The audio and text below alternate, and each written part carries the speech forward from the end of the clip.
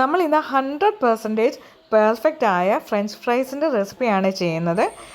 ഈ സൗണ്ട് കേട്ടപ്പോൾ നിങ്ങൾക്ക് മനസ്സിലായി കാണും, ഇത് പുറമേ നല്ല ക്രിസ്പിയാണ്, അതുപോലെ അകത്ത് നല്ല സോഫ്റ്റുമാണ്.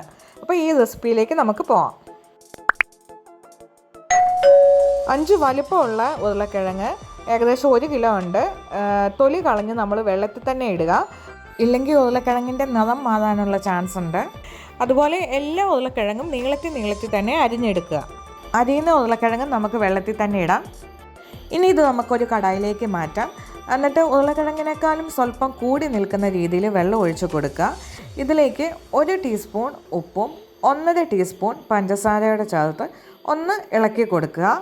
ഇത് നമുക്ക് അടുപ്പയിൽ ഹൈ ഫ്ലെയിമിൽ വെച്ച് തിളപ്പിച്ചെടുക്കാം. ഇടയ്ക്ക് 2-3 പ്രാവശ്യം ഒന്ന് ഇളക്കി കൊടുക്കുക. ഈ വെള്ളം തിളച്ച ഉടൻ തന്നെ ആ ചൂടോടുകൂടി തന്നെ ഊറ്റി മാറ്റുക. എന്നിട്ട് ഉടനെ തന്നെ തണുത്ത വെള്ളത്തിലേക്ക് ഇത് ഇട്ട് കൊടുക്കുക. എന്നിട്ട് ജസ്റ്റ് ഒന്ന് ഇളക്കി കൊടുക്കുക.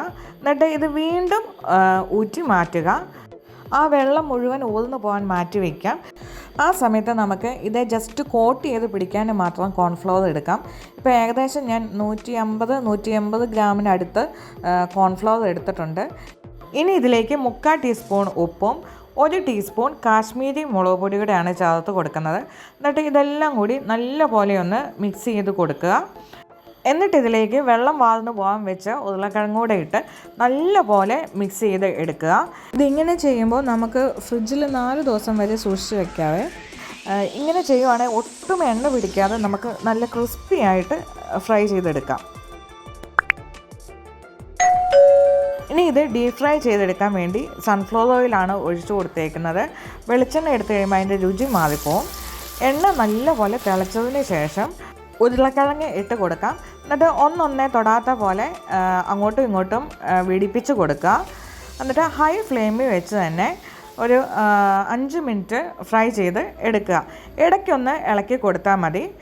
ഇത് നല്ല ഇതുണ്ടോ ക്രിസ്പി ആയി വരുമ്പോഴത്തേക്ക് ഇത് നമുക്ക് കോരി മാറ്റാം.